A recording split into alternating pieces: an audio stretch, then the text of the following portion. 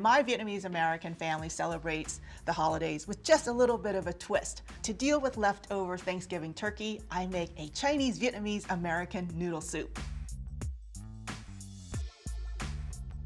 I always love a little pickle with my Vietnamese food, and it's not just with banh mi. You're going to have a little jalapeno for heat. Then there's a little crunchy carrot. Instead of taking time to cut the carrot, I just use a vegetable peeler because you know what, after the holidays, who wants to work extra? You just want to eat. Then we're going to make a little brine. What the sugar and salt do is they create, a lovely flavor. It's not just tart, but it's tart and it's salty and a little sweet. And that's really kind of like what Vietnamese food's all about. I just like simple distilled white vinegar and then also some water. Just go ahead, get things immersed. So now it's time to make the foundation of the noodle soup, which is the broth, and why we're all here, right? Because you have leftover roasted turkey parts. If you happen to butterfly that turkey and you have the raw backbone, that can go in there too, because you can combine raw and cooked for the foundation of the broth. This is kind of like the fun part. If you had a bad relative experience, this is the time to just kind of rip them apart. And this backbone is huge. You can literally snap that apart quite easily. You don't need a knife to do this. So now you're just going to add all of these other aromatics that are going to turn your American turkey into an Asian turkey. 2 ounces of ginger. Weigh your ginger because you want 2 ounces to really give it that kind of spicy heat. Yellow onion, because it's going to give it that extra lovely depth. This is a Fuji apple. And the reason that I put it in my stocks, and I know that sounds really, really strange, but it adds this wonderful sweetness, and you're creating a savory, sweet flavor. Star anise. You want to count 12 really bodacious, big pods, because you want that really aromatic spice to go into your broth. And then about a rounded tablespoon of kosher salt, 9 cups of water.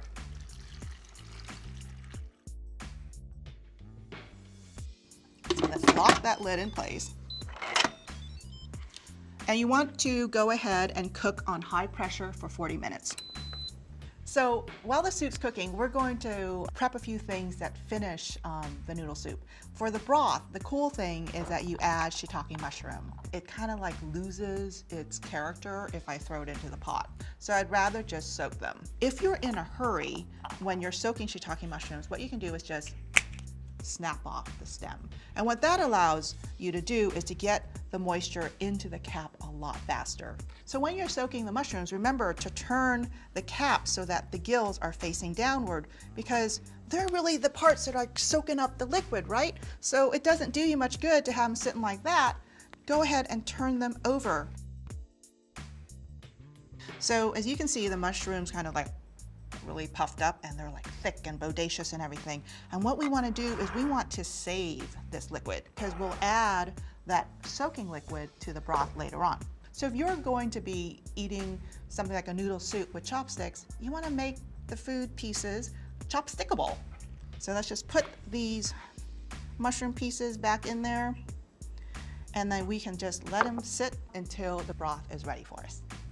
Let's talk about your noodle options for this noodle soup. You could use a Chinese noodle like this, or you can use a ramen noodle, or you can even use a soba noodle. And the cool thing is that you can cook these off in advance. You can even keep them in the refrigerator. When you're looking at Asian noodles, you're not looking for al dente-ness. You're looking for a noodle that's going to cook up to a chewy tenderness, not just a chewiness. So, these noodles are fashioned so that they cook a little bit softer than what you're typically used to. Packages like this one have absolutely no instructions on them. Go rogue. I just cook up the noodles, you're boiling, and then just taste a strand to see if it's at where you want it to be, and then when it is, drain it, flush it with a lot of cold water so that it cools very quickly, and you're set.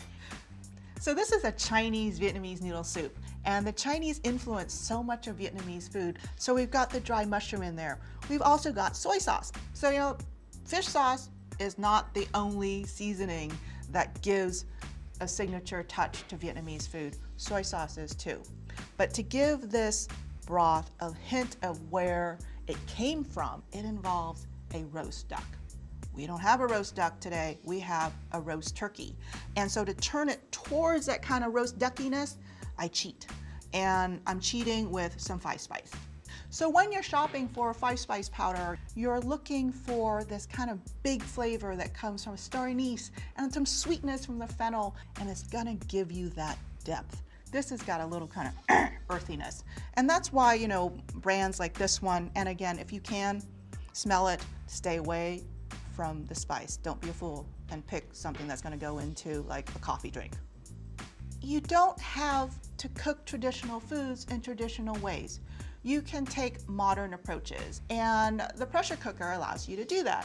Now, my family used a pressure cooker in the late 70s after we arrived here in America, and I have to tell you that we had accidents. One blew up, and my mom saved that particular pressure cooker until I got her a new one. But something like the Instant Pot is fantastic because you can just program it if you know how to push the right buttons and then walk away, and you don't have to worry about adjusting the pressure.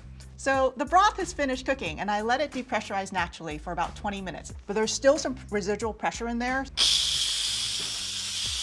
Kind of sounds like a train.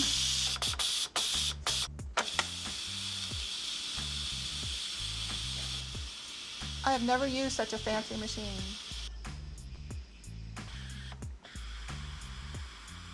The moment of truth.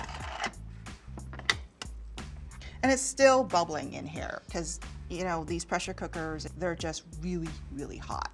So kind of wait for the bubbling to subside. And then what you want to do is take some of the solids out of there. We're going to strain the broth. And in the pot that's going to hold the broth, I already put the mushroom and the mushroom soaking liquid in there, so they're all ready to go. I like to strain with muslin.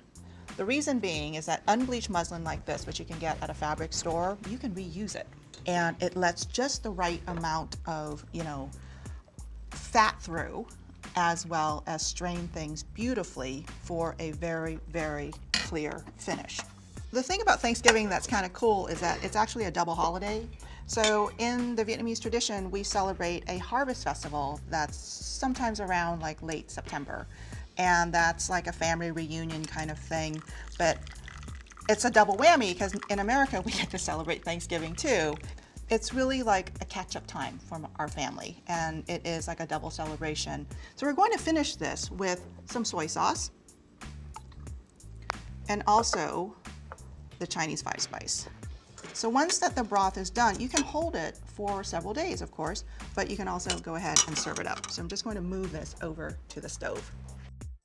So the broth is reheating, and while the broth is reheating, let's plate things up. So right in here, we've got the noodles that we boiled up, and then we've got the turkey. Then we'll garnish it with some green onions, cilantro. Do every single bowl this way. The broth is simmering, and I'm going to add some baby bok choy to it. The bok choy, you just want it to like barely cook, just so that it's like bright green and just kind of tender soft.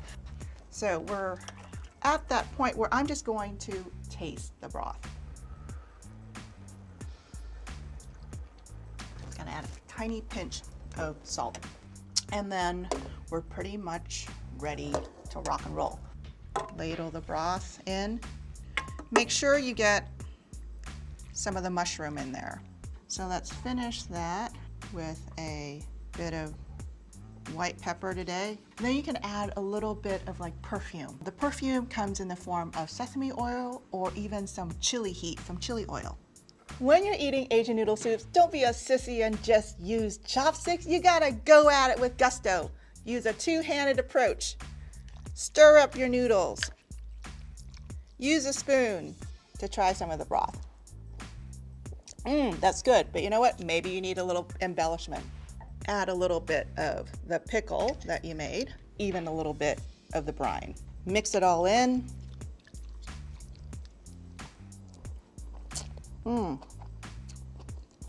Grab a little bit of everything. So keep working your way down to the bottom of the bowl, adjusting things as you go along so that every single bite is an adventure. So now leave me alone because I'm going to finish this now.